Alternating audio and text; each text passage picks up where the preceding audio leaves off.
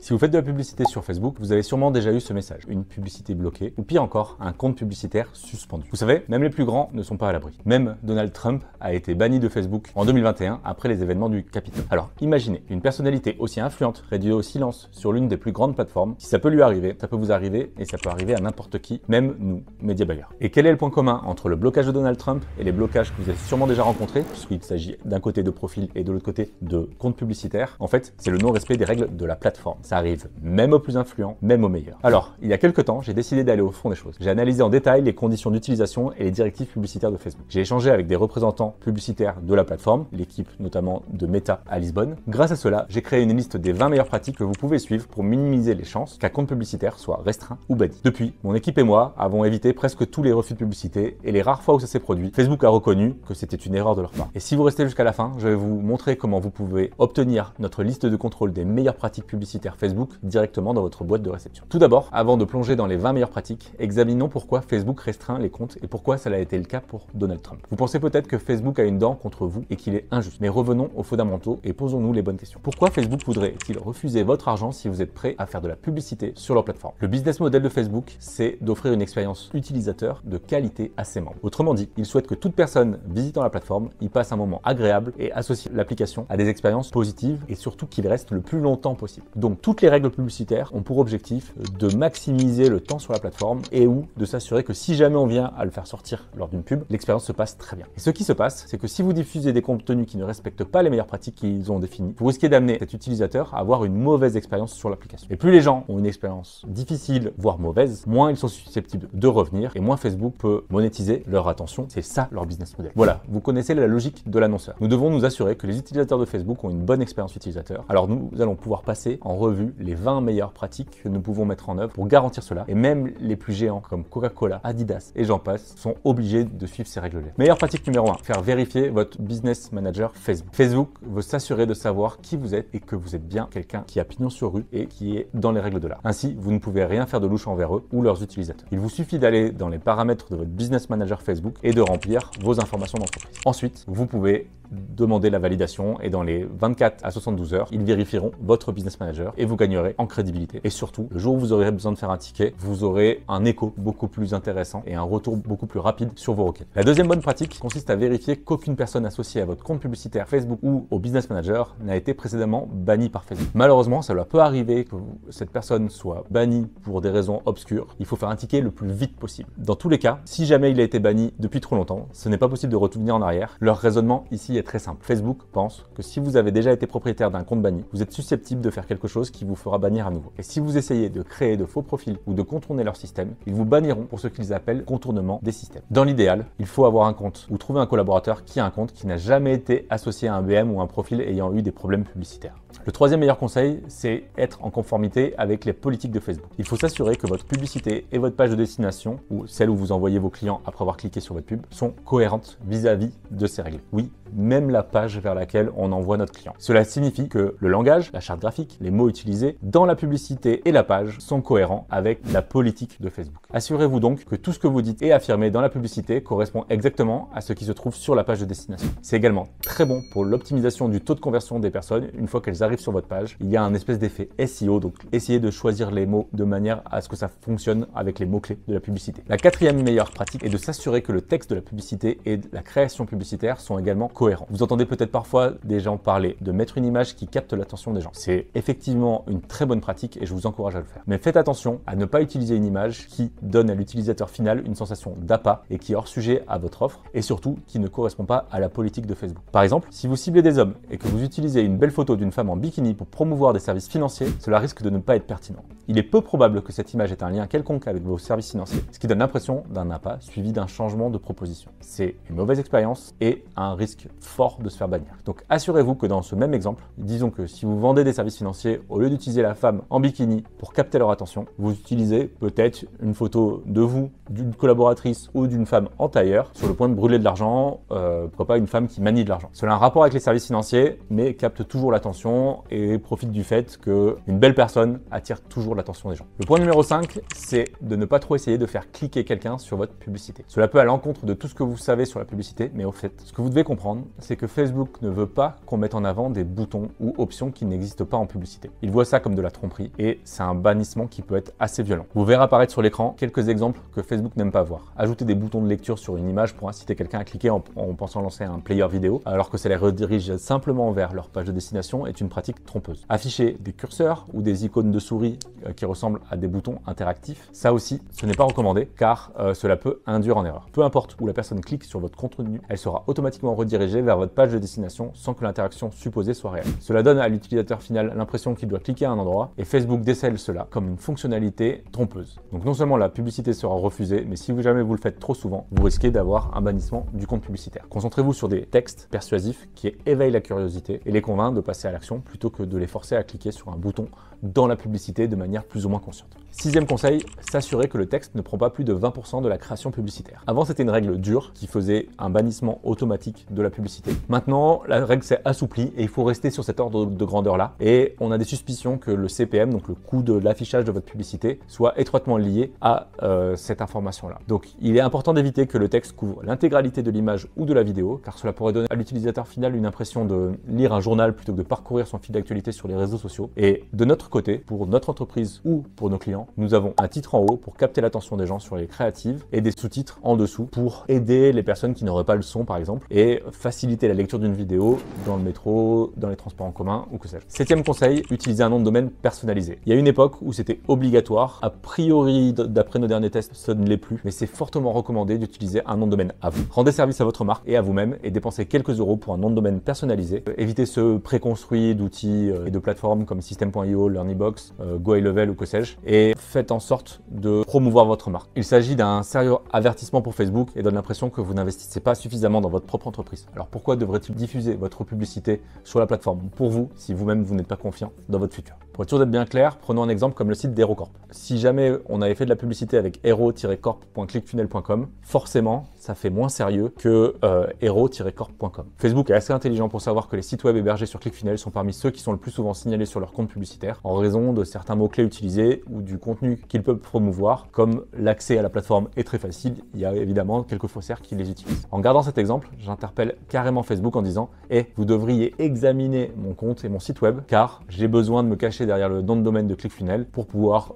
faire quelque chose de mal. » Alors, évitez de les alerter à ce niveau et lorsque vous achetez votre nom de domaine personnalisé, évitez les mots-clés qui pourraient signaler votre compte comme obtenez de l'argent gratuit en moins de 30 jours ou toute promesse qui pourrait être plus ou moins fallacieuse. Huitième conseil, évitez d'utiliser les mots Facebook, Meta, Instagram dans votre texte publicitaire, votre création et votre page de destination. Ça paraît à peu près évident, mais Facebook ne veut pas que vous donniez une fausse représentation à l'utilisateur final en le laissant croire que vous êtes d'une manière ou d'une autre sponsorisé ou affilié à Facebook ou Instagram. Et pour aller plus loin, je vous recommande même d'ajouter une clause de non-responsabilité au bas de votre site web, sur la landing page, comme on dit, sur la page de capture, qui informe l'utilisateur final que vous n'êtes en aucune façon lié à Facebook, Meta ou Instagram. Je vous avais parlé d'une checklist en fin de vidéo. Je vais vous laisser la clause de non-responsabilité que nous utilisons et que vous pourriez copier vous-même sur votre site web. Neuvième conseil, c'est de vous assurer de ne pas proposer de promesses irréalisables dans un laps de temps donné. Quand vous faites cela semble presque incroyable aux yeux de Facebook et Facebook s'en fiche honnêtement si c'est vrai ou non. Donc évitez de dire quelque chose comme « Nous pouvons vous aider à ajouter 10 000 $ à votre entreprise en 30 jours ». Et même si vous avez la preuve et que vous pouvez confirmer que vous pouvez le faire, Facebook s'en fiche. Il a paramétré son algorithme sachant que la majorité des gens n'auront pas de résultats avec ce genre de promesses et que l'expérience utilisateur va être mauvaise au final. Donc essayez d'éviter toute revendication temporelle ou promesse irréaliste dans votre création publicitaire, votre texte publicitaire et même votre page de destination. À la place, vous pouvez remplacer par « Tom a eu tel résultat en tant de jours » ou « J'ai eu tel résultat en X jours et selon moi, n'importe qui pourrait avoir ce genre de résultat ». Mais évitez l'injectif ou l'impératif « Obtenez X, Y, Z », c'est clairement pas la bonne solution. On fait le lien avec le 10e conseil puisque là, on va éviter le bannissement en essayant d'éviter toute revendication monétaire. Selon le type d'entreprise dans lequel vous êtes, cela peut être très difficile, même si c'est bien sûr faisable. Par exemple, dans mon entreprise, chez HeroCorp, nous faisons des systèmes marketing pour nos clients et nous garantissons un retour retour sur leur investissement dans un délai donné. Je suis obligé de réduire la promesse ou ne pas dire l'ensemble du contenu que j'aimerais et de faire attention à ce que je dis puisque ça peut être très mal interprété par la régie publicitaire. Vous verrez jamais dans mes publicités, nous vous ferons gagner 20 000 € dans les 30 premiers jours où vous serez remboursé car cela peut soulever beaucoup de signaux d'alarme sur la liste de contrôle de conformité Facebook et potentiellement nous faire obtenir un bannissement. À la place, on doit être un peu créatif et au lieu de dire je peux vous faire gagner X en X jours, je peux dire nous pouvons vous aider à signer 3 à 5 clients haut de gamme en temps de jours ou nous pouvons construire un système de marketing qui remplit votre calendrier de rendez-vous qualifié, réservé dans un délai imparti. Il s'agit de différentes manières de transmettre la même information, le même message, mais en édulcorant un peu ce message, on réduit le risque de faire bannir des publicités et comme il y a une note d'annonceur, de finir par se faire bannir son compte. Donc, utilisez des phrases comme « Nous allons vous aider à générer des revenus significatifs » ou « Obtenir tel KPI intermédiaire » pour éviter de déclencher les alertes intermédiaires dès que vous parlez d'argent. Le conseil numéro 11, c'est tout simplement de ne pas faire de avant-après, que ce soit dans les textes ou dans les visuels et surtout si vous faites des offres de santé ou de bien-être. Cela revient un peu aux revendications temporelles dont je parlais de conseils plus tôt. Même si vous avez un véritable avant-après et même si cela s'est réellement produit dans un certain délai, Facebook n'aime pas ça car il y a peu de chances pour que ça se produise pour chaque personne avec qui vous travaillez et du coup, même si jamais ça s'applique à 80% de vos clients, il y a 20% de clients qui pourraient être déçus. Du coup, se souvenir que cette publicité avait été vue sur Facebook, donc nuire à l'expérience au global. Donc, essayez d'éviter les photos ou vidéos avant-après. La recommandation, ça serait peut-être de juste mettre l'après ou alors d'éviter, on arrive à contourner cette règle en mettant une photo d'un état et une photo de l'autre état. Il n'y a ni avant-après ni temporalité et ça permet de montrer les résultats sans forcément utiliser ce before, after, avant-après. Pourquoi pas dans votre script dire Bob est arrivé, il était comme ça et quelques phrases plus loin, Bob est reparti, il était comme cela.